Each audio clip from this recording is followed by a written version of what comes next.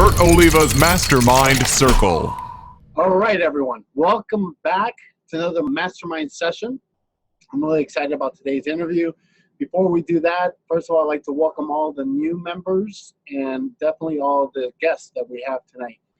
You guys are in for a treat. However, one of the things is, for those who don't know who I am, my name is Bert Oliva. I've been doing seminars at a professional level for over 21 years now. We usually have an intro that tells you about who I am and also explain what Mastermind is all about and our core values. You guys ready? Bert Oliva is an international orator. He speaks around the world about his experiences and teaches humanology, the scientific study of human potential. He has enchanted audiences all over the world, showing them the power of mind over matter. He's one of the most talented speakers out here, and I highly recommend him to any type of book. The more prepared you are, the luckier you'll be. He is the world-renowned authority on leadership and human behavior. Mr. Bert Oliva. Bert Oliva! He's considered the voice of inspiration and motivation. Today, he'll pass his knowledge on to all of us. For over 2 decades, Bert Oliva has touched the lives of hundreds of thousands of people. Bert has a dedicated social media following and an impressive online influence few possess, enabling him to communicate with audiences he has touched near and far. I think he's one of the greatest motivators out there. The thing I love about Bert is he's on stage and he gives his heart every single time. He has developed many programs, recorded audio CDs, and written books, all of which to help those ranging from individuals to corporate and Fortune 500 companies. He has dedicated his life to speaking all over the globe and met some of the most influential and powerful people in the world. Okay, let's go. He has also coached highly successful business executives and politicians. Normally seen as impossible. I believed it and I did it. An infectious motivator. So get ready to learn tools that will help you tap into your potential. Pay attention, this is real stuff. Get ready to have an experience you won't soon forget. Please help me welcome Bert Oliva.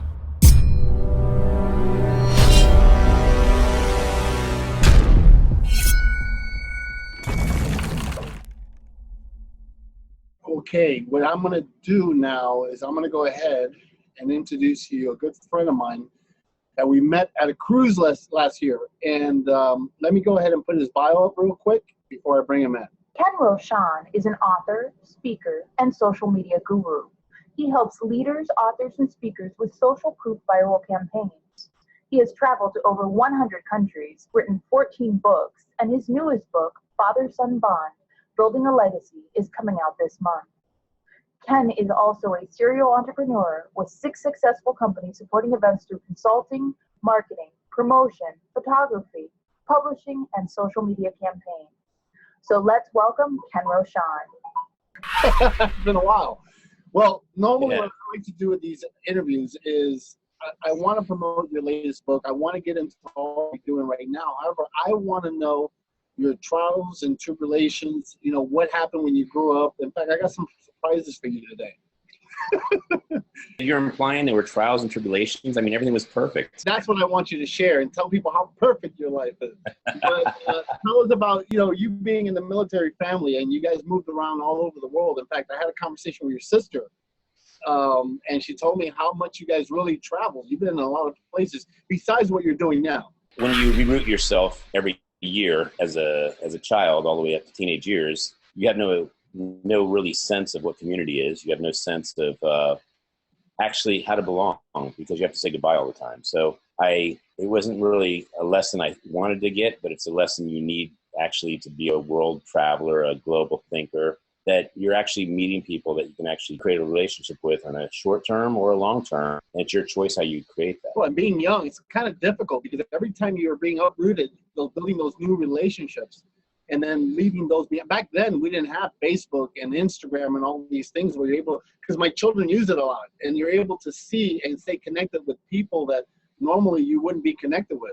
I mean, we had a thing called pen pals. Remember that? Yeah, it was called a letter, right? And you had to get out and put some paper and ink together, and there was no documentation of it. So when you sent it, it was just like 3 weeks later, 2 weeks later, or never, you get a letter back, right? I thought that was awesome. I really loved it.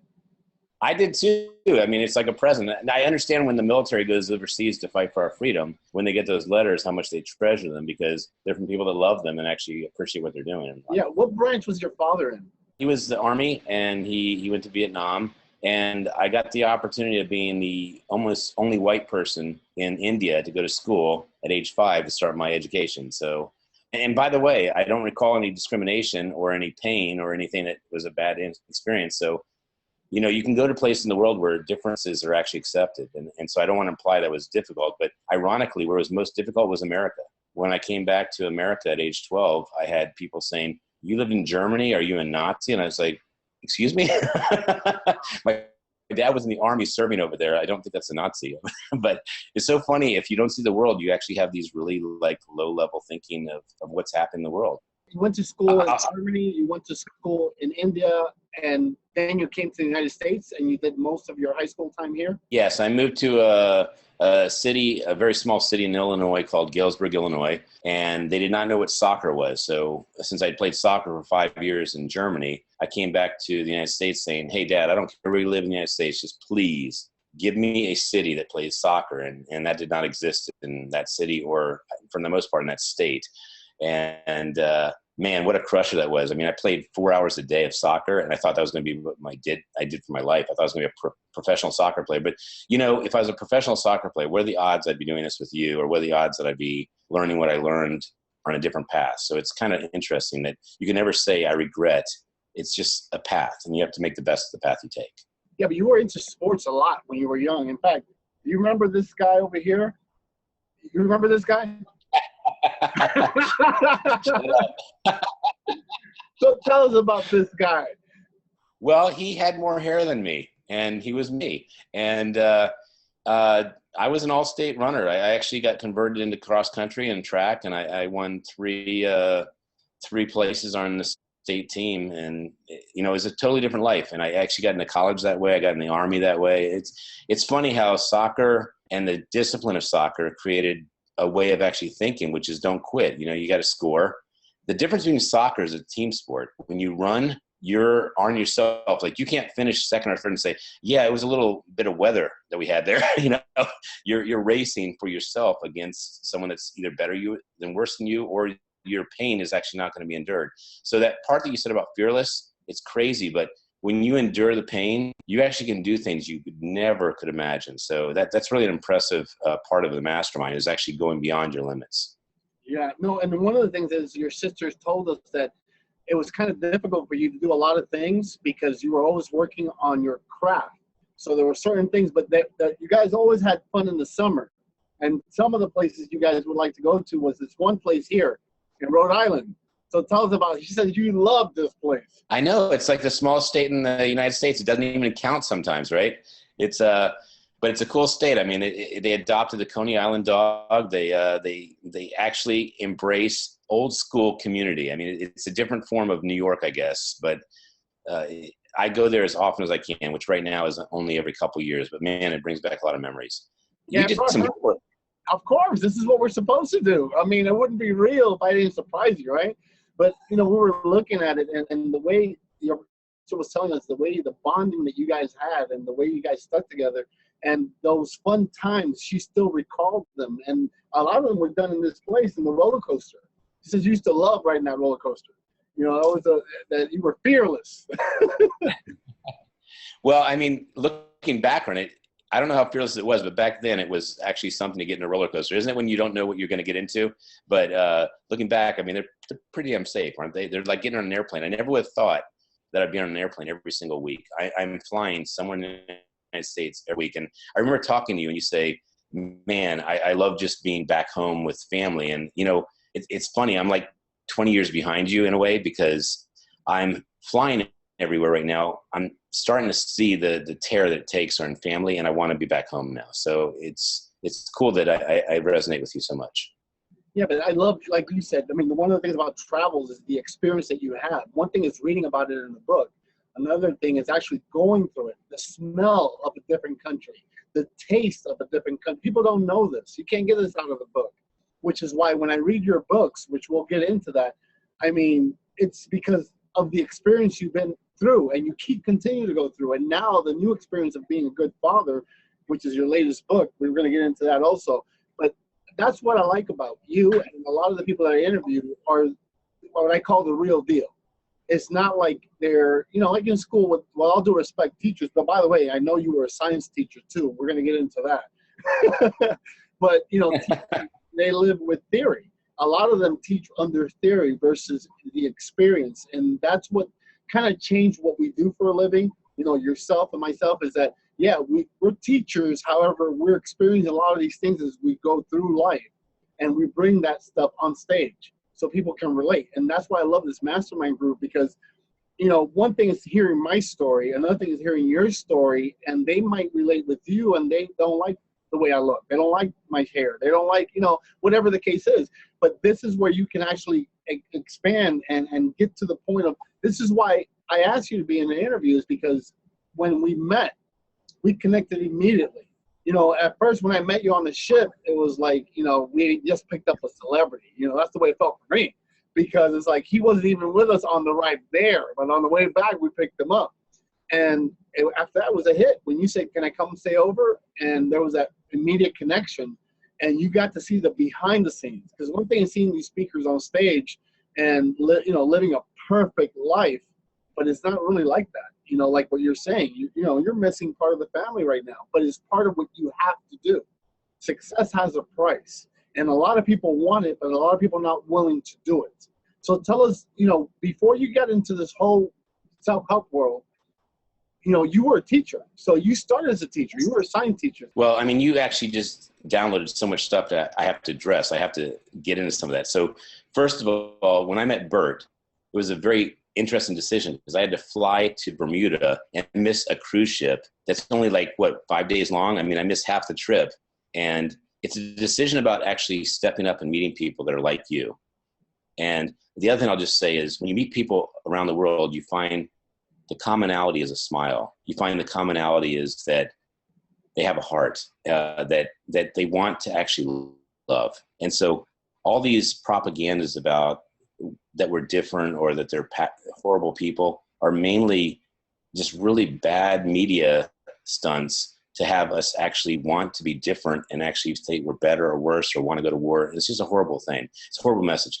And I just want to throw in a quote that I love about travel. Is St. Augustine: "The world is a book, and those that don't travel only see one page." And I share that with your audience because it's amazing. You could pick any part in the entire world. You go there, and it'll open up your mind. It's just a different part of the same, and it's a different part of you actually connecting, right? Yeah, and every time you go back is also different every time you go back. So a lot of people, I've been to that place, but there's that one bond that you have, excuse me, with people and the people from that country. Yeah, so when you travel, you actually also associate yourself with, wow, I now feel what it is to be different, because you're the different person for a change. And when you're different and you're accepted, you say, when you come back, you say, that's what life is about. It's about acceptance. It's about actually relating or appreciating differences, which is more important. Like, I don't know everything about you, Bert, but what I know about you is I look for what's good in you and I find it. But what's different about you is actually what I should cherish, is what I should actually embrace. And it's what I actually benefit from. So travel is just an amazing way of actually connecting with people on a very quick level, because you're back to human instead of actually a certain type of demographic or a certain type of gender or a certain type of religion. So I'm glad you brought that point up. Now, going to your question about teaching, I actually decided I would not teach until I had a business, until I served in the military, until I left this country. And probably my fourth thing I would have had, but I didn't think of it at the time, was to write a book. Because I think too many teachers jump from the classroom into the classroom. They don't actually live life. They don't have a background of relatedness to say life is actually safe, or that there's a challenge there, or here's what I can teach you about life. And so they're teaching actually the continuation of education, ambiguous, safe. And what you've done with your life, Bert, is that you have shown people that you are able to take on anything. And that doesn't happen in a classroom that doesn't have experience. You have to have someone that actually lives life. I mean, you step out of the United States and you go into places where you're creating new opportunities, creating new challenges, and you're overcoming them, and you're actually making a difference because you're saying these people are deprived, and I can solve this. I can solve this with money. I can solve this with time. I can solve it with talent. I can solve it with team. And that's what you can bring to a classroom, and people can relate to you in a second. But someone that says it from a theoretical standpoint, they don't have anything that connects with the audience or the student. So I just want to say one last thing. The reason I chose science is because the study of matter and energy is everything. If you look at a tube of toothpaste, someone had to invent it. If you look at a comb, clothes, repellent clothes of water, anything you can think of, it was designed by science. So I said, I'm going to pick the one thing that no one can argue doesn't impact the world. You look at an iPhone, 600 inventions had to happen for that iPhone to exist. 600 patents. And that blows me away that someone like Steve Jobs was that committed that he'd create something that was 5 years ahead of the future that no one could even put their mind around. And now we call a smartphone the regular, whereas before the smartphone, that was just a phone, and it didn't do. And I still am baffled that someone holds a flat phone that before it was shaped so many different ways. He actually created something that you just fit in your pocket as a flat piece. And then Android actually challenged Apple by saying it needs to be a big flat piece in your pocket, because when Steve said it, he basically said it needs to be comfortable in your hand. Well, that's not true. It needs to be like a hybrid of a laptop and a smartphone. That's where we are right now. Well, you also mentioned you were in the military. What branch were you in? I just did the Army thing just to have really a resume piece. I wanted to learn about leadership. I wanted to stay in shape. I got offered a scholarship to do the full 3-year term, and I was too much of an entrepreneur to accept that. So I didn't turn it down because it wasn't valuable. I just turned it down because it wasn't for me. And I think everyone in the United States needs to serve in the military 2 years. I know it's a little socialist, but the Jewish, the Israeli community puts their males in the Army for 2 years. And what comes out of it is they come out as men. They come out as an understanding of what it means to have patriotism, what it means to actually fight for your freedoms, for your country, and actually understand the ideals. And there's just, when I taught science, I could not believe it when they said, you're in the Army and you would die for your country. And I said, yes, that's why I served. And they said, I would never do that. And I only found out of, I think it was 40 people times 7 classes, whatever number that is, it was only like 3 or 4 kids that actually said, yeah, I'd fight for my freedom. And that's not going to actually keep our freedom. We actually have to have people that actually say that this is important, this country is important. And I don't know who our next president's going to be, but it has to be someone that motivates people to actually believe that this country is worth fighting for. Because freedom and capitalism are on a level that we're actually creating abundance is so vital. Since you were young, you always talk about being creative, and we'll see more in detail how creative you really are.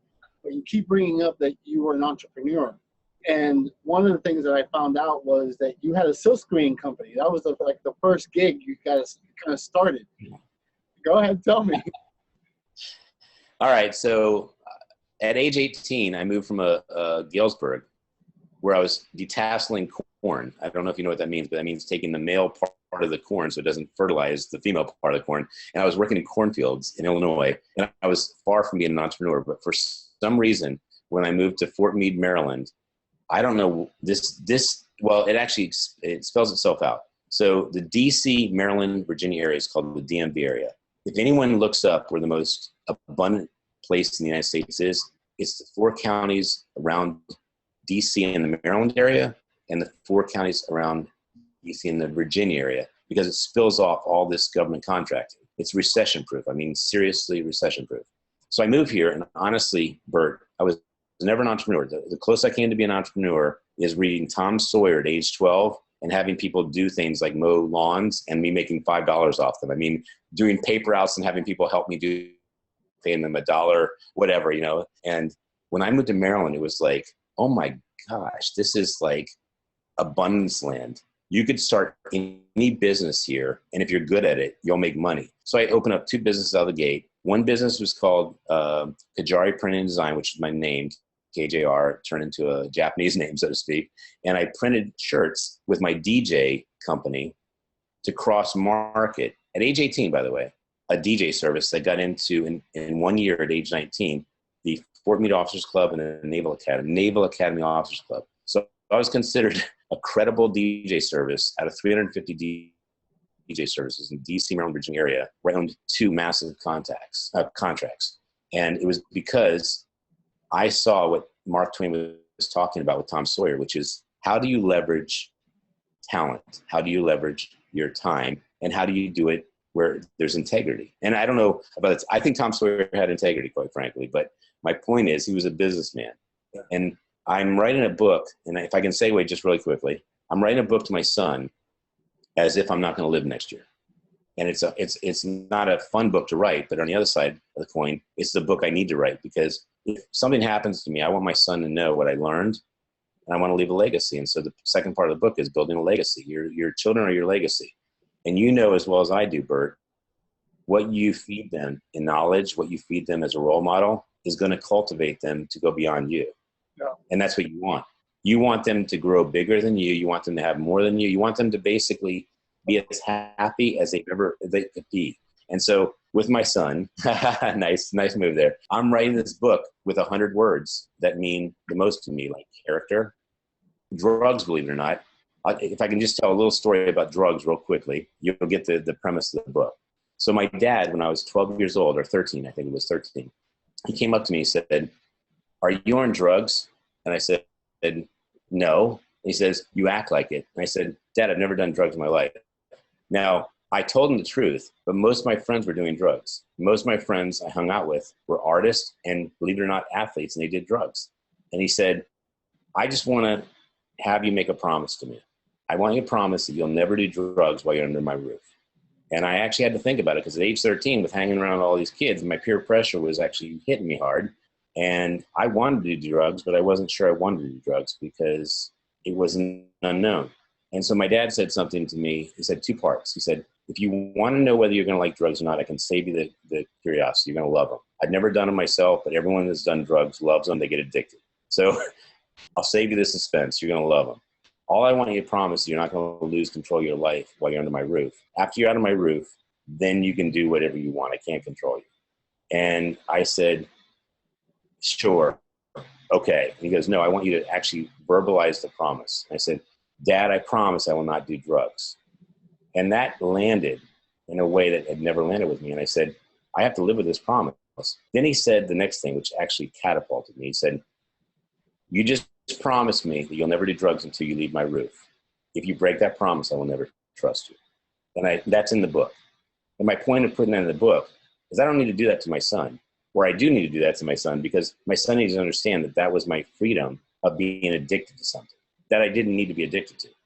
Well, and we all have addictive. Anyone has never met you, you don't need to be on drugs. The energy, the way you vibe. I mean, the time that you missed on the trip to Bermuda, you made up for it on the trip back. You know, it's just that much energy, and people cannot normally be like that. But that's all a perceived value. When you're living life and you're in this world of, people, we were talking about that today in another group that I have. We're talking about self-help. Self-help is you got to do it. Not that your cousin has to do it, your wife has to do it, no, this is something that you do. Self-driven is part of that. And when you're living that purpose-driven life, people think you're high. They think you're always high, but you're not. You're in a different planet. You're living on a different level. Let's just say that. And I'm not saying it's better than someone else's level, but you're in a different level of awareness. You attract different things, and this is great. I love that story. But also, besides that book, you've written about 14 plus books, right? In fact, here I have one of them, which is the umbrella marketing one, which is one of my wife's favorite, actually. That's the one that you gave us on the trip. And also the perfect net workout. I want to ask a couple of questions here. How can someone write so many books? Give us that feedback. I mean, because a lot of people that have books inside of them, and they're afraid to write their first one. And you've written 14, and you're now going on number 15, I guess. I now have an answer for that. Before, people asked me the same question, Bert, and I didn't know why it was easy for me but hard for them. But really, it comes down to, if you want to leave a legacy and it's important to you, you would actually have lots of solutions. So one, you can actually speak your book. Now there's technology to speak your book. You transcribe it. But really, what are you showing that you're a guru? Like, your mastermind is actually cultivating people to be the top of their game.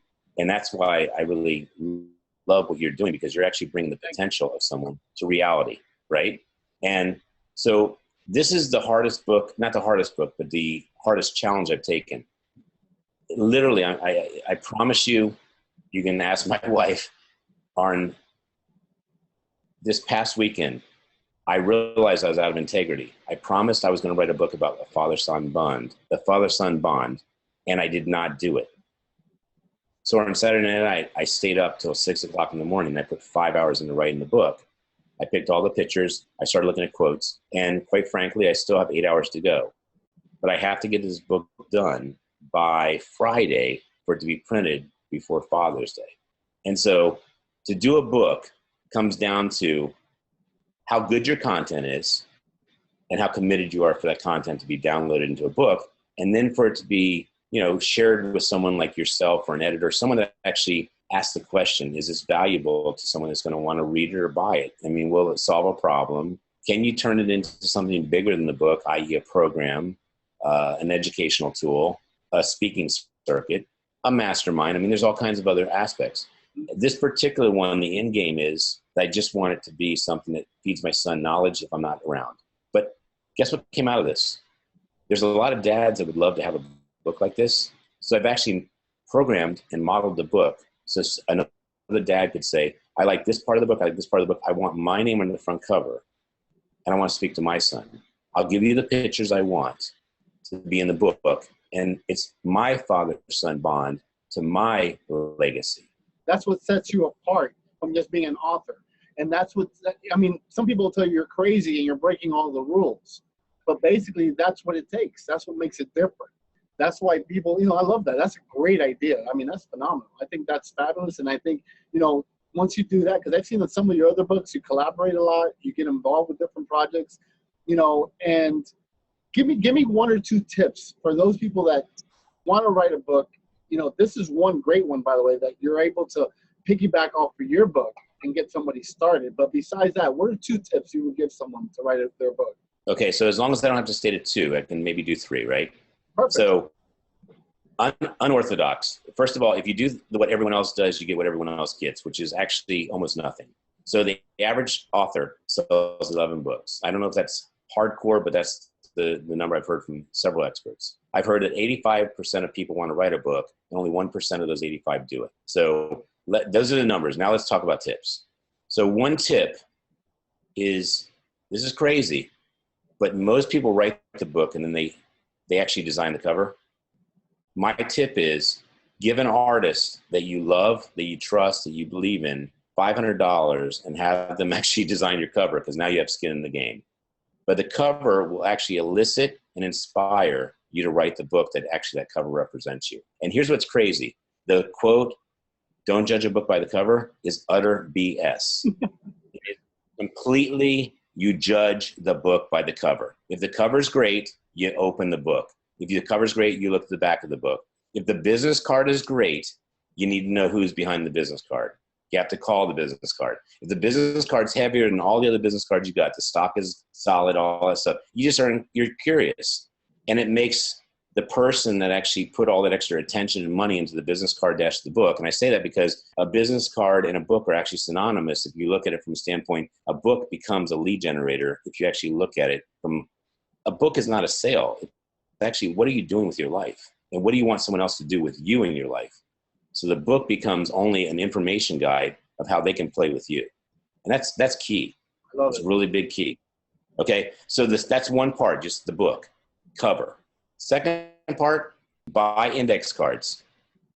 I don't care if they're 4x6, 5x7, whatever size, 3x5.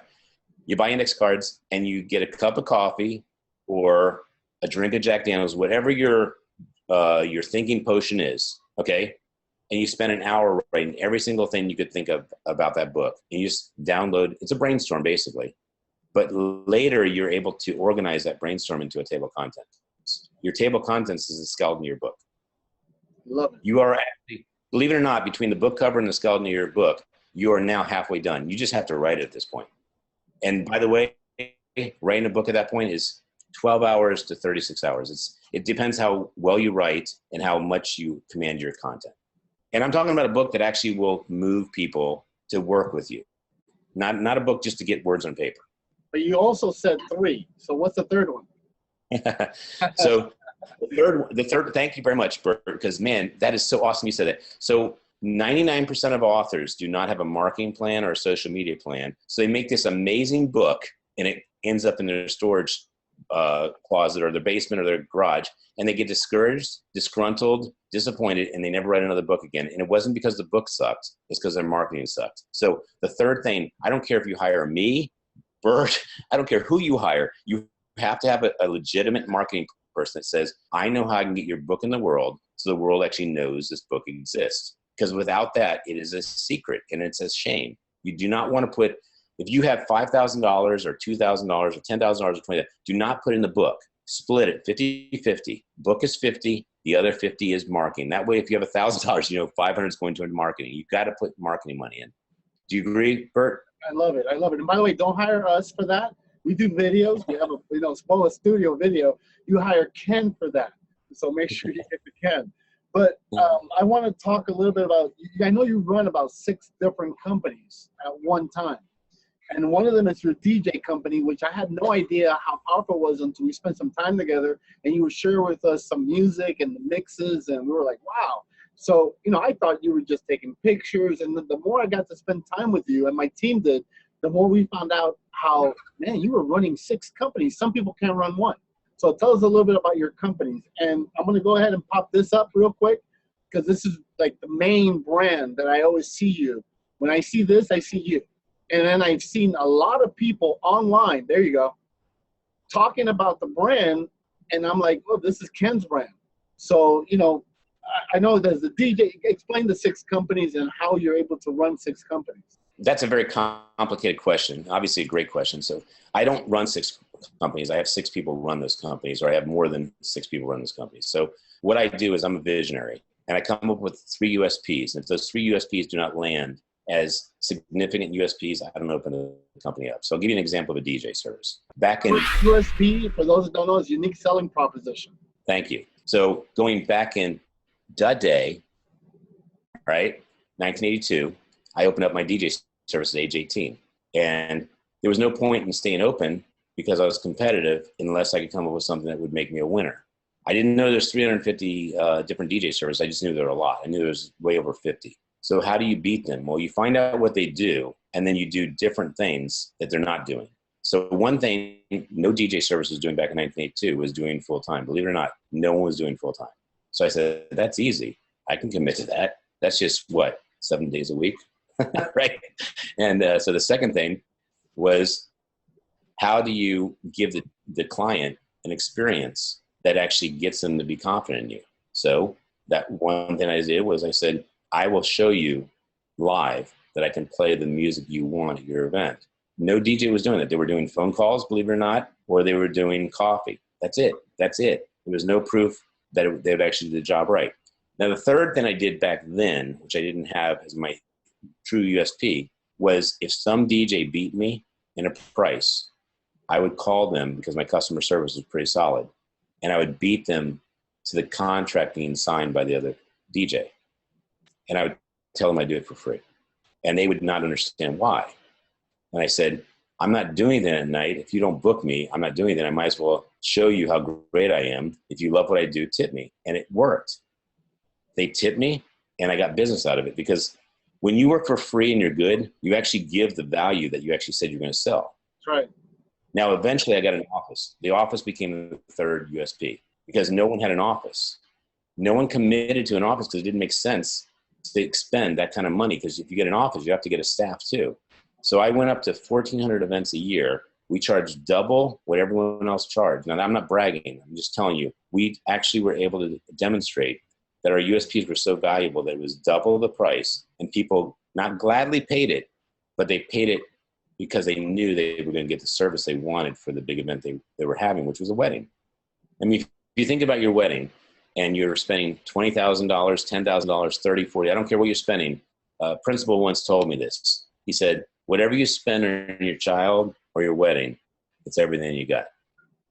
Because it's important, right? Yes. So when I found out that this is an emotional decision, I made sure that I had enough money to make sure the emotional decision was going to bank me a 5-star review. So that kept me in my accounts. So I literally charged double. I was charging an obscene amount of money. So the average DJ was $500. Back in the day, charging $900. I'm sorry, the average DJ was $375. I was charging $750. Now we charge $2,500 to $3,000. And believe it or not, it comes down to insurance. Do you want to give $1,000 or $2,000 less to someone else that could ruin your wedding, or do you want to give it to the person that actually is going to make sure your investment's solid?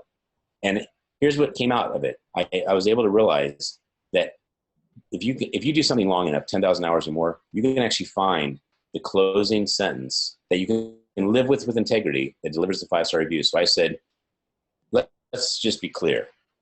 All you want is your guest to stay all night at the time of their life and come up to you and say, this is the best time ever. And you connect immediately with the bride and groom. The bride and groom is like, that's exactly what I want. Yeah. At that point, you have the price. Price is not the matter. It's that they have to use you because you identified what the real fear is. But Ken, at that point, you're doing so well. In fact, to the point that you're still doing well in DJing, why not stop there? Why open up more companies? What happened? I mean, I know you have the entrepreneur mindset, but what happened? So my mom got Alzheimer's. My mom got Alzheimer's in 2005. My dad, bless his heart, he's still alive. He stopped working at NSA, National Security Agency. He took care of my mom full time. And I saw him being alone. I saw him being not just sad, massively depressed that he was losing the love of his life. If anyone ever watched The Notebook, it is exactly the story of my mom and dad. They met at age 16.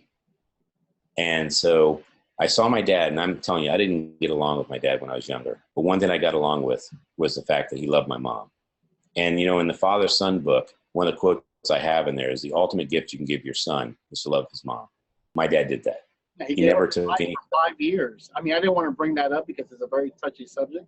We're going through it ourselves with our grandparents. My wife's grandmom has Alzheimer's, and it's a scary disease, man. It's really rough. But to the point that you even created your entrepreneurship kicked in, and you did, I think, a ball dance or something like that. What was it?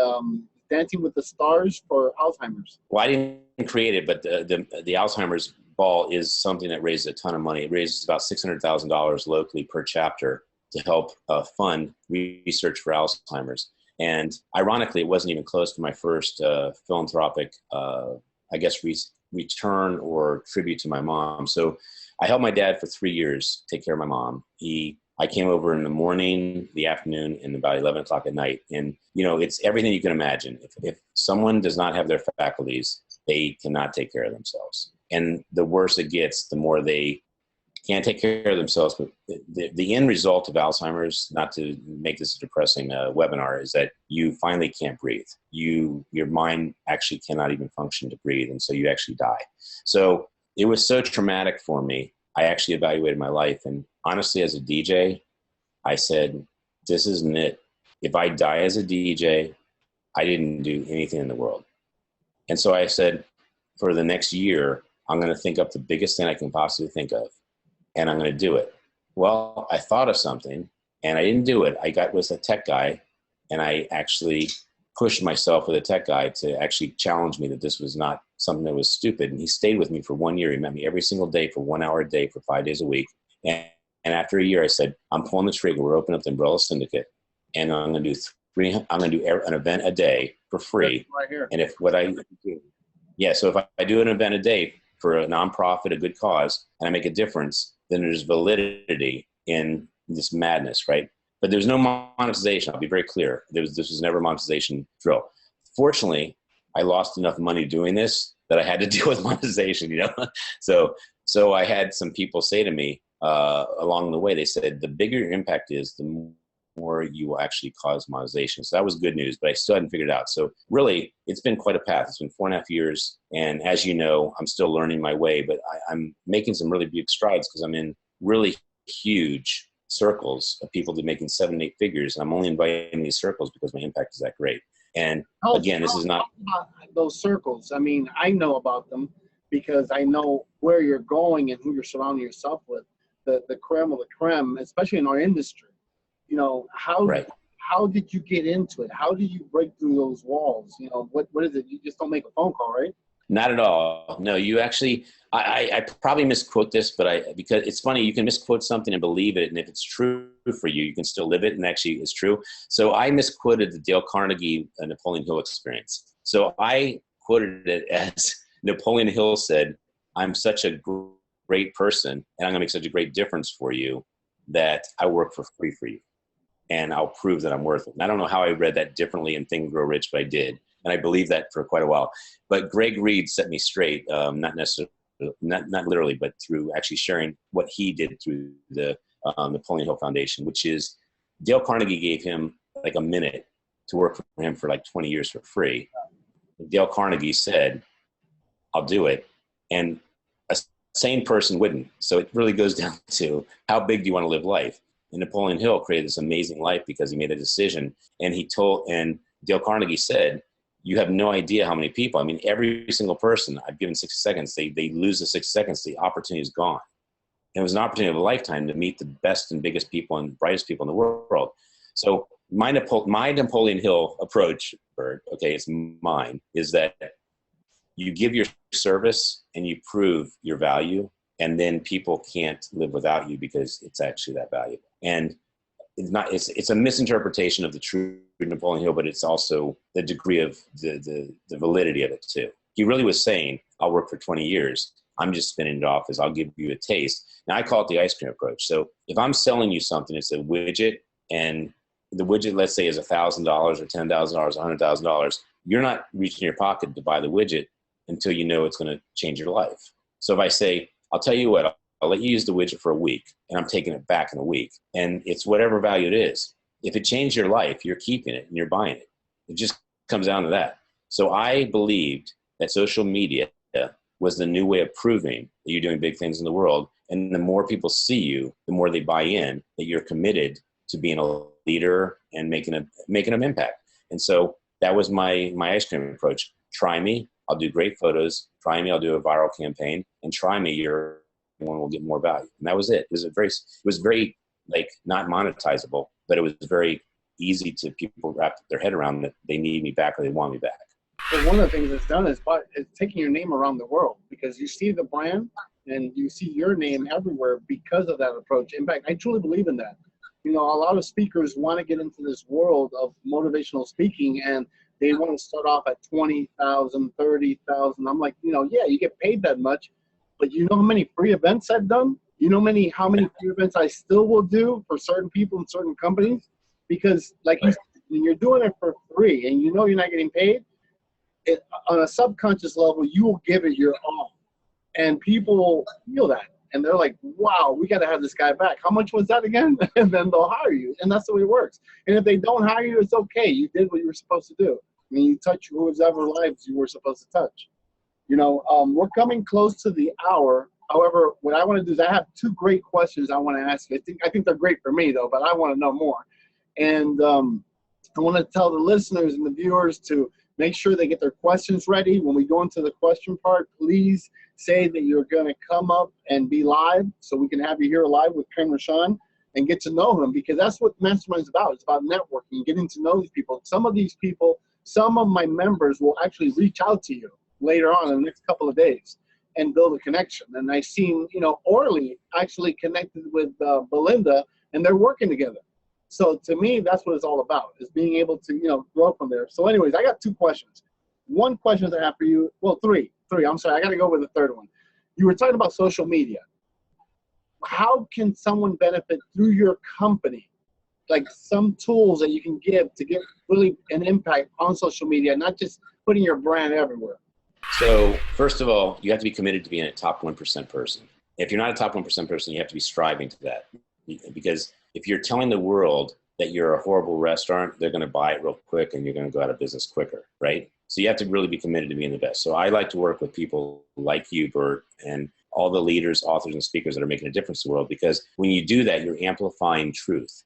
So how can all your people do it? I don't know how all your people can do it. But if they're playing a 1% game, I know that if I amplify them, you're creating awareness. Awareness is, I don't know you, and now I do.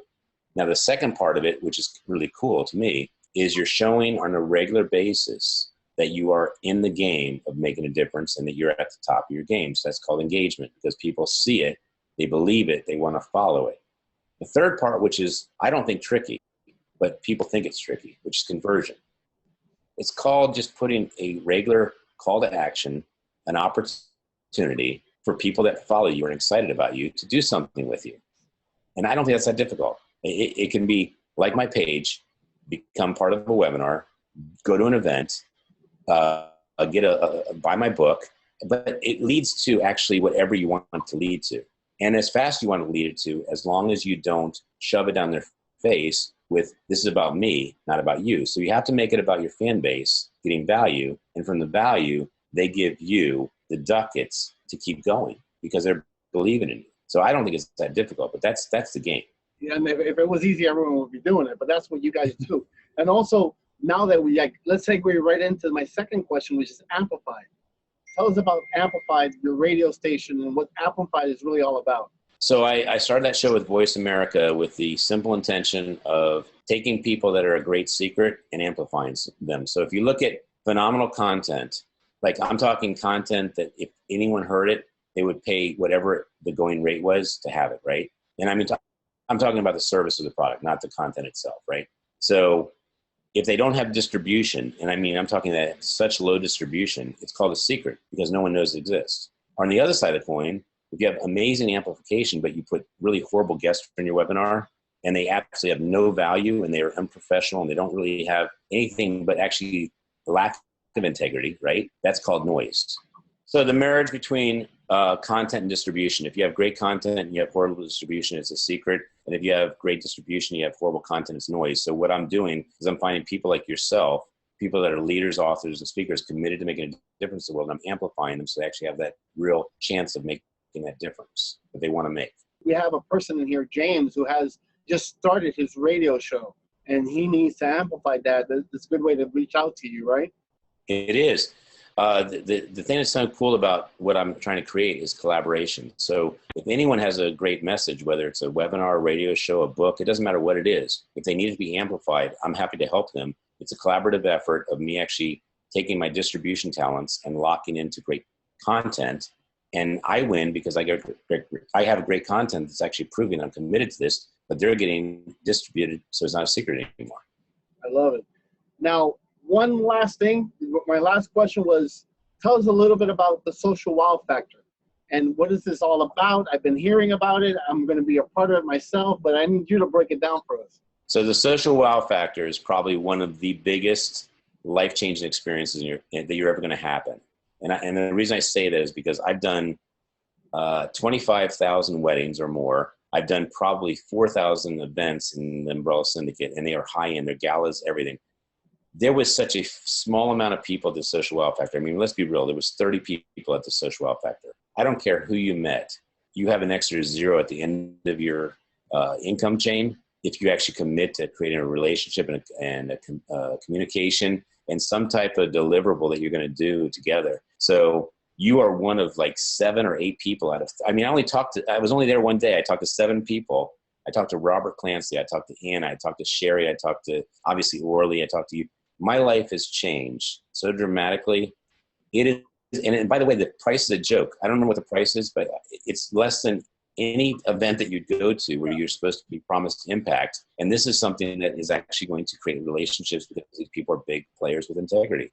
It's a cruise that you get to take, and at the same time, like you said, I do a lot of events, and I go to a lot of platforms, a lot of stages, and for some reason, every time I've gone to the Social Wow Factor, it's quality. The people that you meet, like, you know, I'm still talking to Anna, and I'm still talking to Sherry, and I mean, not day to day, but there's that connection that I'm looking forward to seeing them again on the next cruise. You know, it's different. It takes on all the barriers and the walls, and you really build strong relationships. Like you said, you won't build it with everyone, but the ones that you do connect with is long term. Look, I've been on your show. You've been on my show. You went to an event with Eric Stoller, you know, promoter, and you connected with him, and then you've gone to do other things. That all came from that group. Orly has set me up with so many other people since then. Karen Baum, who has an amazing publishing company. And by the way, the mindset of these people is collaboration. So when you're dealing with collaboration, you're dealing with openness of Rolodex. You're dealing with openness of network. You're dealing with openness of abundance. I mean, I can call you any day, Bert, and I don't do it, but I can call you any day with a problem, or I can call you any day with, hey, do you know anyone that does this? And I can say this on I'm going to say this on the webinar right now. I have a book called Keep Smiling, Shift Happens, and I'm looking for dentists. And anybody that knows a dentist that wants to be in this Keep Smiling movement, they get $500. Now, that might not be something that Bert wanted me to say on this webinar, but that's how clean it is that I could actually say that on the webinar or on the cruise, and someone say, I know 7 dentists, and they don't even, whether they care about the $500 or not, they want to help you. That's the point I'm trying to make, is that everyone wants to grow abundance here, and that's a beautiful thing. In the dinners, by the way, Bert, was that cool? When you go to dinner, it is instant family of relatedness. Like you're laughing, you're enjoying family experience, which is love. It's unconditional. I did not feel one bit of animosity. I didn't feel one bit of disconnectedness. I mean, it's instantaneously we are like laughing together because we all are living the same life, which is like, how do we make a difference in the world? And so if you want to make a difference in the world, you need to be there. If you want to be a leader or you want to take your game to another level, because the thing called breakthrough is the thing where you're going through a pace in life and someone you meet or some place you go or a wow factor takes you this way, and now you're at a different level, playing at a different level. It's just, you cannot put a money tag on it. So great question. Oh, thank you. Well, I want to thank you for the interview and everything, but before we get to that, we got to get some questions in. We got a few minutes here. Who's the first person we have?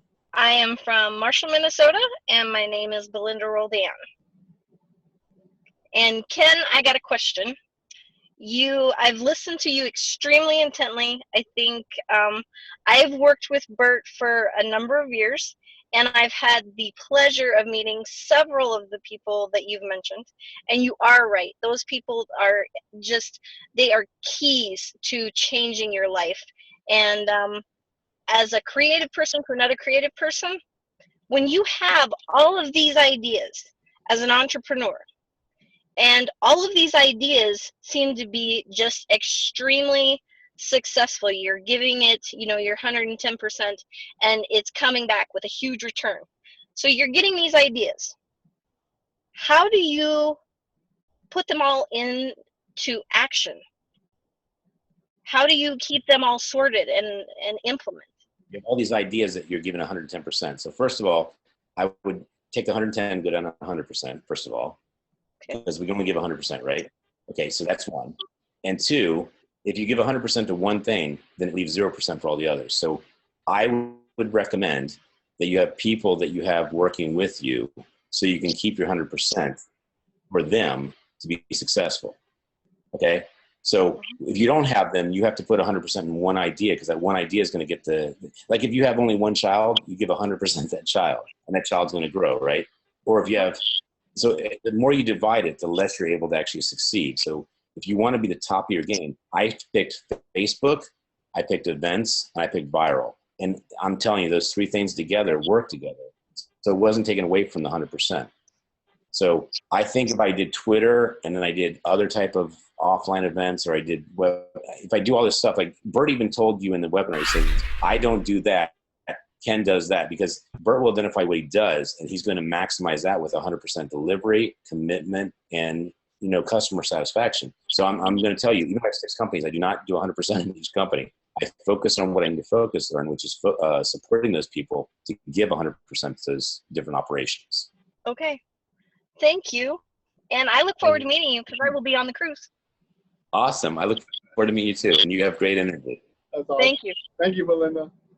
See, this is what I was talking about. It's more like you get to actually see them, get involved. It's interactive, and it's not like, some of these webinars, you have these experts and then no one gets to talk to them, I want them to get to know you. My name is Andrew Rochon, and I come from Toronto, Canada, but my background is from Uganda. Like, I was born and raised in Uganda. My question is today, making it happen in life, like to that extent takes a lot of hard work, determination. It takes a lot of, time. What role did your spouse or your family member or the people that were really close to you play to your success? And how were you able to balance to make sure that you still spared time for them to make sure that, you get back? Andrew, that's a big question. That's a huge question. So first of all, I'm not going to give you the canned answer. I'm going to give you the real answer. Yeah. My wife is not an entrepreneur. She doesn't understand what the heck I'm doing with the entrepreneur spirit. And quite frankly, she's confused a lot of times. Yeah. So I have to compromise with her, and I have to give up some of my my entrepreneurial spirit at times to make sure she knows she's important. And then my child, same thing with my child. If I'm gone for 5 days, he wants to disown me. So, it's about balance. But to answer your question about the hard work, if you love what you're doing, it's not hard work. That's one. And two, if you actually read the right books, they become your support system. So Malcolm Gladwell wrote a beautiful book about tipping point. He wrote a beautiful book about outliers. So outliers is about celebrating the difference that you are in the world, but putting 10,000 hours into it so that you actually become a guru at that difference. So I believed in people that had written the word that showed me that I could believe that it could be true. Yeah. And if you have a spouse that supports you in any way, shape, or form, I mean, if they're just doing your laundry and they love you, then that's enough. But you need to make sure you're giving back to them so that they don't think that they're second to the business. That's just the important thing. Nice. Thank you so much. Thank you, Andrew. Hey, so you speak Tree? You speak Tree? You speak Tree, Andrew? I speak Swahili. Swahili? Okay. Yeah. Very good. Nice. Right, me. Can you speak Swahili? No, I speak a little Tree, barely. I wish I spoke Swahili. It's a beautiful language, actually.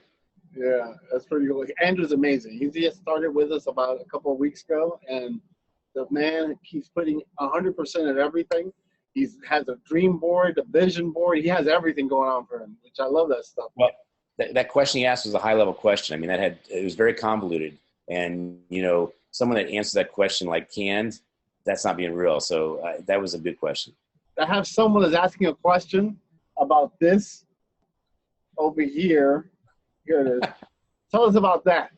Okay, so, if you ever get invited to be on a TV show, no matter how good or bad it is, and that happened to be a really good TV show, you got to jump in on it because if they were chosen to be on that show, you're going to meet some very interesting people. So I actually do business with 4 of the 7 people there. And I won't say I'm a great actor, but they liked my game as far as really, it's funny, me doing all those events for free got me noticed in the community. And so the Goodfellas is actually about how you contribute to community and solve problems in the community. So I was chosen. And here's what's really weird. I was on a cruise. It wasn't a social wow factor, but it was I think an African cruise. I was gone for the picking of the people that were going to be on this reality show. My name was mentioned, but I was not picked because I was out of the country. Okay. I knew 2 people in the show. And when I got back, I heard that they had 6 people in the Goodfellas. If you count right now, there's 7 people there, right? They had 6. Do you know what I said to them that actually caused them to hire me?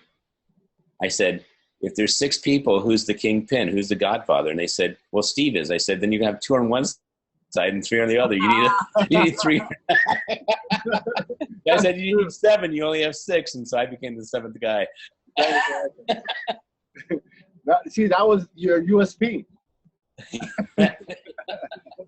That's awesome. Well, the thing is, we came up to the hour. I want to thank you for your time. And it was awesome. It was fun. I knew it was going to be fun. And I just wanted to get into some of the background. I'm definitely going to invite you back because there's so much more. I mean, I have a stack of questions I still have to ask you, but we don't have the time. But thank you so much. You're supposed to pick up like 100 cards. No, because that's how interesting your life is, my friend. That's your life right here. This is only half of the ones I didn't go through. You know what I'm saying? Here, let me put up something really quick. For those people that are here, contact him direct and find out more about what he does. It's his phone number, theumbrellasyndicate.com, and also on the Facebook. Like he says, he keeps it short and sweet so you can find them. You don't need to go looking for them in all social media. This is it. So if you don't have it, the members, we are going to go straight to Facebook, the Mastermind group, and we'll be able to give you the information there.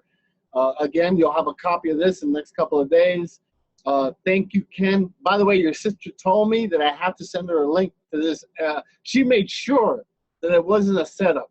She wanted to make sure that we were legit and we're not going to set you up. And then she gave us some of the stories. You know, it was great. It was awesome. Sister's amazing. Cool. You can see the love she has for you and the way your family, I mean, that bond you guys have is awesome. And that's what it's all about. That's really what I love about really connecting with people. I mean, Omar was in the interview last week, and we've been friends for years. And that's what I'm talking about. I mean, people come into my life for a season, a reason, or a lifetime. And that's just a quote that I read years ago. To me, is a lifetime. The only reason it's not a lifetime is because you chose not to, you know. And it's just, may not be as connected through the entire time, but man, I mean, there's a lot of stuff we're going to be doing together. So, brother, thank you so much. Really, I honestly appreciate your time, and especially that you've been out of town. Go ahead, tell me one more thing. I just have one more thing. We're right around the corner from Father's Day. I'll send you my Father's Day book, but I just want to tell you I'm proud of you because you raise your kids to actually be better than you, and you love them beyond yourself. So I know most fathers do, but you need to be acknowledged for that because I lived in your house for 2 days and I saw it. The kids absolutely love you. So great job with that. Thank you. It's a hard job, but I want the copy. Yeah, man, remember, I don't want it unless it's autographed. I like my entire library is autographed by all these experts that one day I used to pay and go see them speak, and now they're my friends. So if I can make that reality, this little Cuban boy that came from Cuba when I was 11 months old, anyone can do it. You know, limitations are the ones you create, man. So thank you so much, my friend, and looking forward to connecting again. And again, you know, there's nothing else to say but thank you. I'll talk to you soon. You're on the cruise and many more times. Take care, bro. My name is Bert Oliva. Remember to make it happen, live life, don't let life live you, and I will see you next week. Register online and join us today for all new live interviews and weekly topics only at themastermindcircle.com.